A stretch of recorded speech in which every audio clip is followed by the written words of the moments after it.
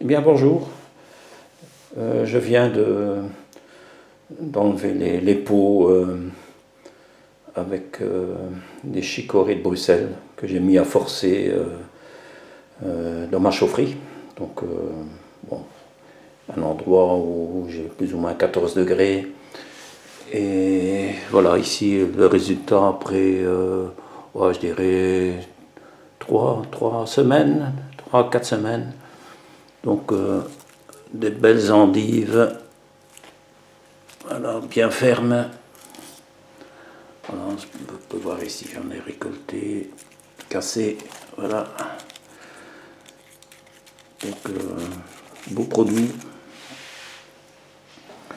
Donc c'est assez facile donc, à mettre dans des grands pots de fleurs, des containers, avec un substrat. Moi je mets de la tourbe, mais on peut aussi mettre du terreau, ou un mélange de terreau-tourbe.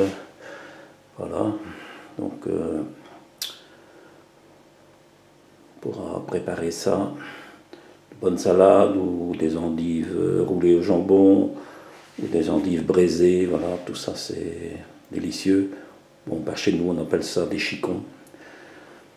Et alors on peut voir aussi que parfois il arrive qu'une racine, alors je pense que la tête, elle est un peu, elle a gâté, donc la tête n'était pas saine, peut-être qu'elle a pris un coup de froid avant de les forcer, et voilà. Cette endive-là, cette racine-là n'a pas poussé, donc bon, c'est pas bien grave. Donc de temps en temps, ben voilà, il y a un plus petit ici, plus petite racine que j'ai intercalée entre d'autres. Ben voilà, la chicorée est un peu plus petite, le chicon est un peu plus petit.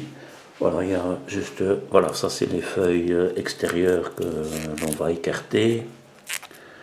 Là, c'est souvent celles qui résultent, c'est les feuilles extérieures.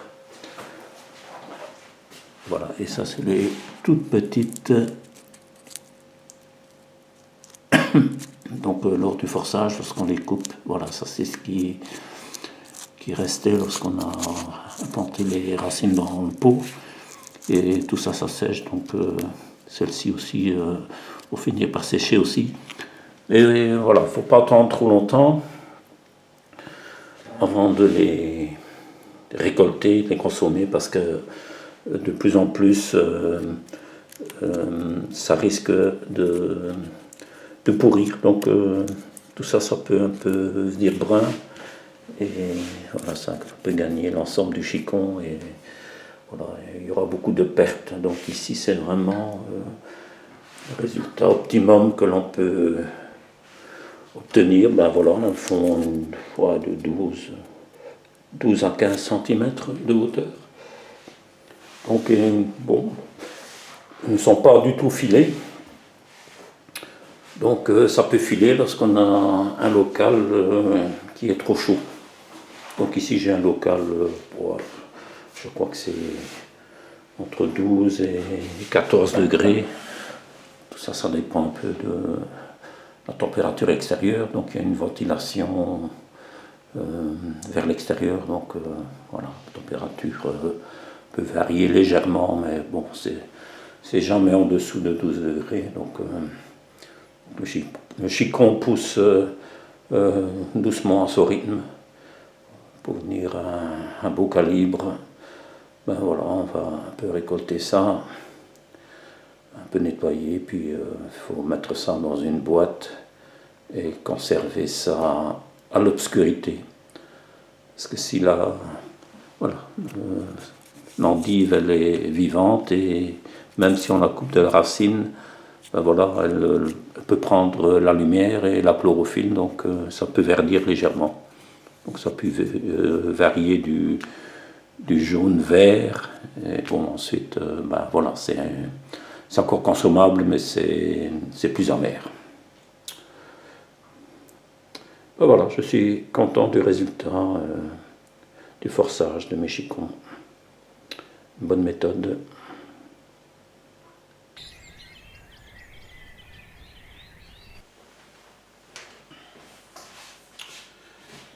Et ben voilà, nous sommes fin février et voilà, j'ai encore des belles endives à récolter. Donc, et ce n'est pas fini, j'en ai encore quelques pots à forcer. Donc ici, voilà, je récolte, j'enlève les feuilles un peu abîmées. Voilà. Voilà, une belle endive ici, impeccable, bien formée, de beau calibre.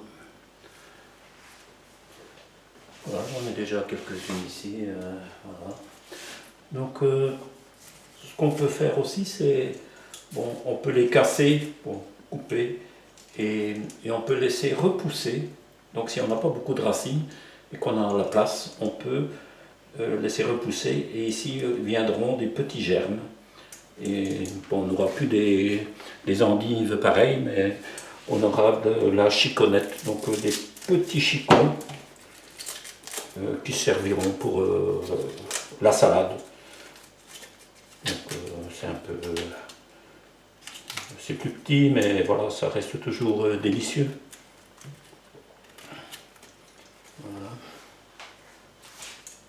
Voilà, ici de temps en temps une petite entre-deux, donc les petites racines donnent aussi les chicons. Donc les chiconettes sont encore un peu plus petits que ça, hein. Donc ici c'est un chicon d'une petite racine.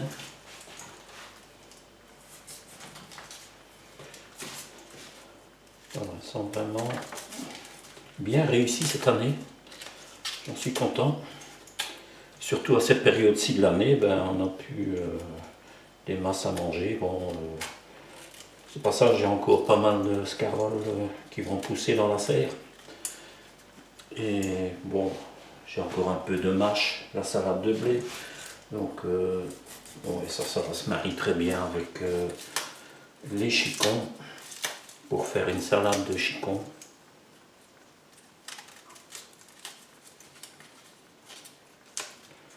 Voilà. Voilà, et tous ces petits déchets ici, ben, ça ira dans le poulailler. Donc, les poules vont picorer ces petites feuilles et vont y trouver leur compte aussi.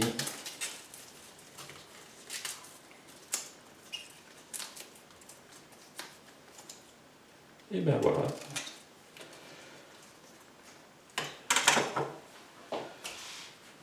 J'ai encore un pot à récolter.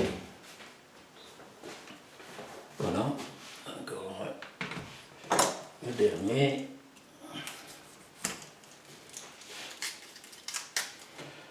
C'est quand même un vrai plaisir de pouvoir encore consommer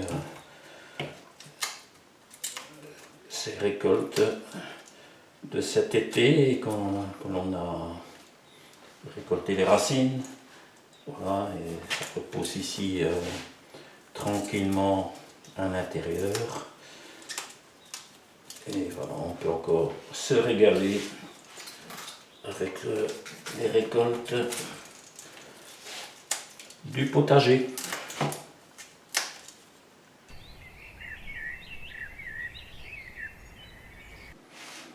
Ben voilà, le résultat de la récolte. Donc ben, ça fait quand même quoi, une quinzaine, une vingtaine même de chicons. Voilà, il y en a les plus petits. Voilà, ça c'est la taille à peu près standard. Voilà.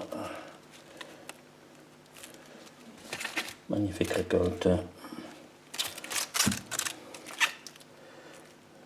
Voilà. Bon, il n'y a plus qu'à cuisiner. Bon, on peut faire ça braiser, des roulés de jambon, ouais, oui, bien sûr des salades, hein, mélangées même avec de la mâche. Voilà. Et quelques cerneaux de noix. Tout ça, c'est de délicieuses salades d'hiver.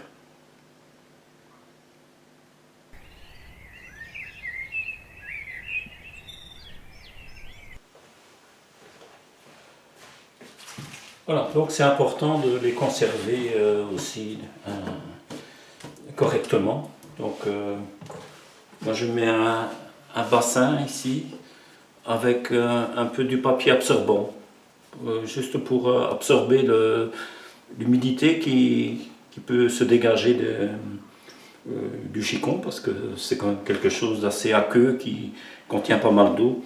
Donc ça régule un peu le taux d'humidité dans le bassin. Et voilà, je les place ici un peu tête bêche, voilà, de cette façon-là. On peut intercaler.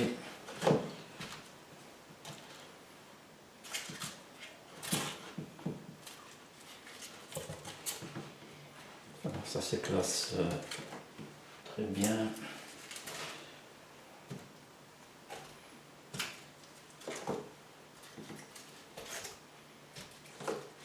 Voilà, et ici c'est ce que j'avais récolté la semaine passée, donc que je viens remettre au-dessus.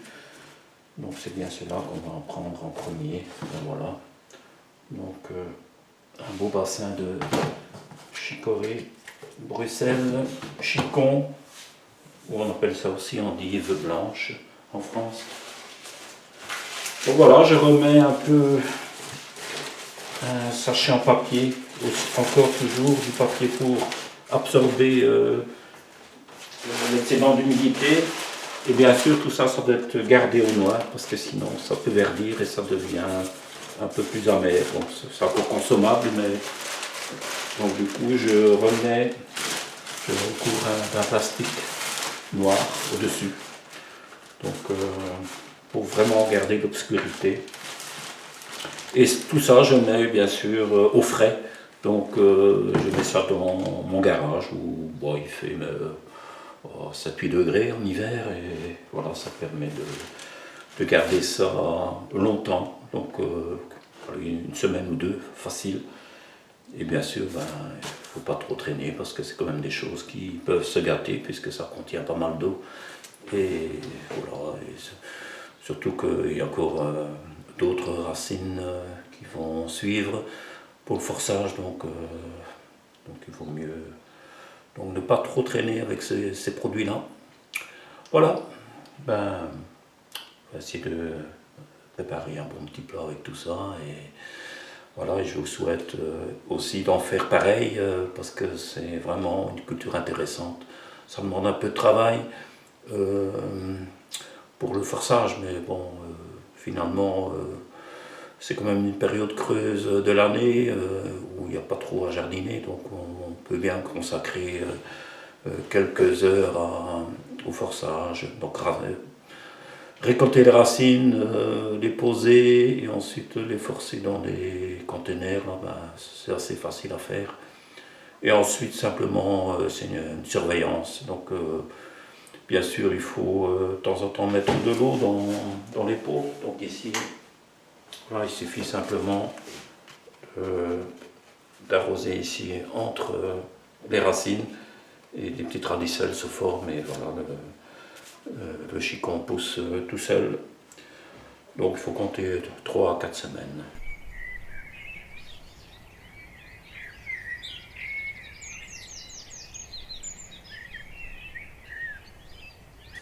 Bien, bonjour, bonjour. Voilà, nous sommes chez Michel.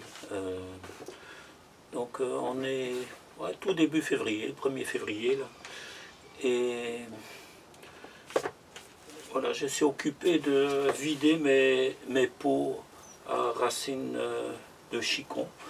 C'est-à-dire que ces pots ont déjà fourni leur chicon et maintenant je vais les vider et récupérer le substrat pour jeter au jardin. Donc je vais un peu vous montrer. Voilà, comme quoi, voilà.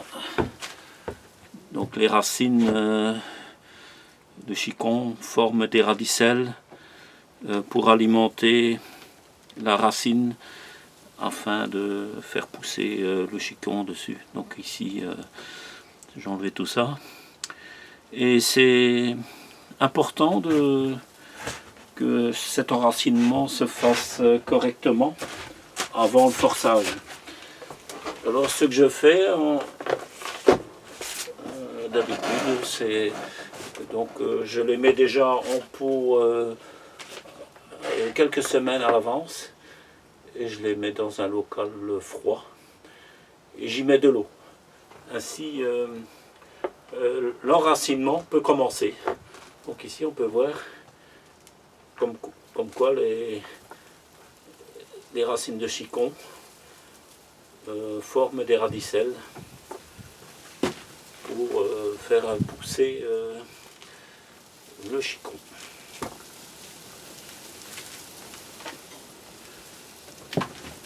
Donc je fais cet enracinement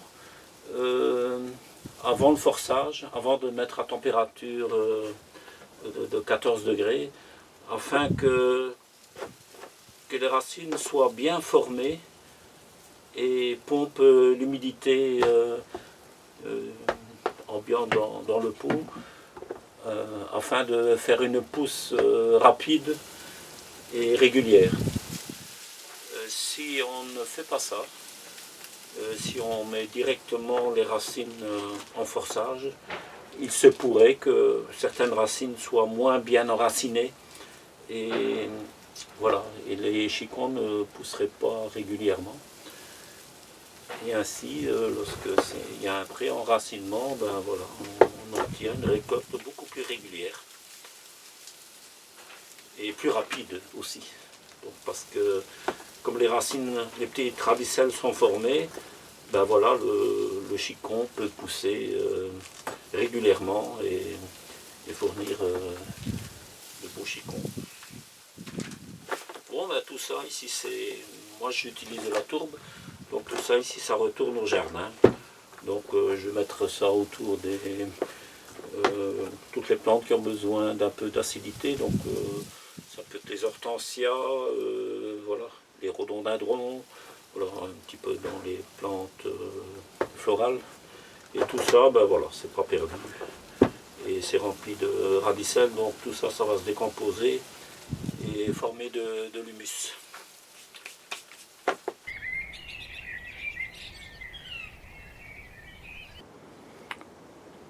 Voilà, nous sommes dans mon chalet jardin et donc dans le sol j'ai fabriqué des cavettes où je peux stocker mes racines de chicon, mais aussi mes racines de carottes. Donc, voilà, donc ici ce n'est pas très profond. Voilà, ça c'est à peu près 80 cm de profond, mais c'est vraiment à l'abri du gel. Ici à côté j'en ai une deuxième où je place mes réserves à pommes de terre. Donc voilà, les pommes de terre sont là. Donc ça permet d'avoir des pommes de terre à l'abri du gel. Donc ici, ben, vous pouvez voir mes carottes que j'ai mis provisoirement dans un seau, mais après je les mets plutôt voilà. Donc ici j'en ai déjà mis un peu dans le sable aussi. Je dois un peu couvrir encore de sable. Et donc voici mes pots de chicon. Ils sont en cours de germination. Donc quand je place mes racines dans les pots, dans le substrat, j'y ajoute de l'eau afin que l'enracinement peut se faire à basse température. Évidemment la racine est vivante, donc elle fait aussi sa pousse lentement, mais c'est surtout pour favoriser l'enracinement des racines pivotantes. Donc cette semaine j'ai récolté des chicons. Donc ici je vais renouveler, je je vais sortir quelques pots ici de cette cavette pour les mettre dans le lieu de forçage, donc dans ma chaufferie, donc à la maison. Voilà, mes pots sont sortis et ici je vais remettre un peu d'eau parce que bon, c'est l'eau que j'y avais mis au départ est pratiquement absorbée par les racines, par les radicelles, donc pour les remettre en pousse, il faut bien sûr rajouter de l'eau pour accélérer la végétation. Donc je mets toujours l'eau entre les racines, donc essayez de ne pas mettre de l'eau ici dans le creux des feuilles, parce que là on risquerait d'avoir un peu d'humidité stagnante et qui pourrait occasionner de la pourriture au milieu des feuilles. Il faut savoir que le chicon est gorgé d'énormément d'eau, donc 95% d'eau, 95% d'eau. Le reste, ben voilà, c'est un peu la matière sèche, mais ça contient quand même beaucoup d'eau. Et d'ailleurs, c'est un légume bon, qui peut être consommé par tout le monde parce que c'est vraiment peu calorique. Mais malgré tout, quand même des éléments minéraux, des sels minéraux, aussi un peu de vitamines. Et voilà. Donc tout ça, ça partira dans le local de forçage.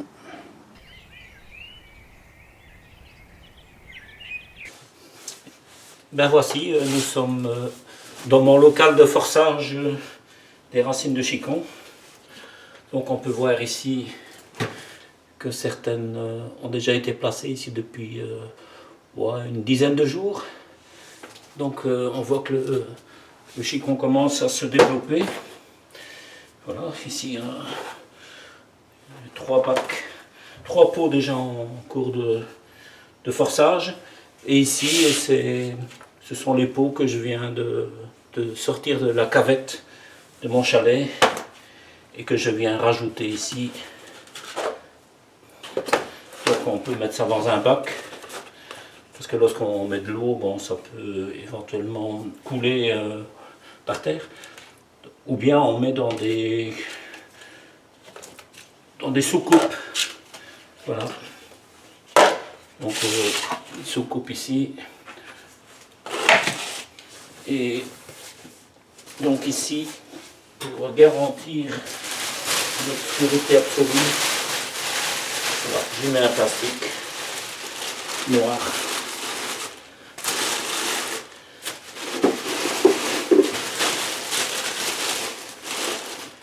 Voilà, et le local est vraiment dans l'obscurité totale. Donc quand j'éteins la lumière, ben voilà.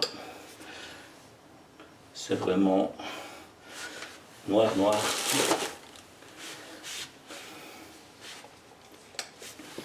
Voilà, donc une culture très intéressante par chez nous. Donc c'est vraiment une culture du terroir du nord Picardie et aussi le nord-ouest de la Belgique. Donc légumes intéressants et faciles à réaliser. Quoique maintenant avec le changement climatique ça devient un peu problématique pour obtenir des racines. Quand vraiment on ne réussit pas au jardin, on peut aussi encore acheter des racines chez des agriculteurs qui font ça. Et bon, ben voilà, je pense que ça coûte environ 5 € pour 50 racines, donc 10 centimes la racine, donc bon, c'est pas encore excessif. Et on a aussi le plaisir de les forcer soi-même. Voilà, allez, ben, je souhaite aussi, si pour ceux et celles qui font ce genre d'activité, ben voilà, je vous souhaite une bonne réussite et bonne dégustation des chicons ou endives blanches. Voilà, à bientôt.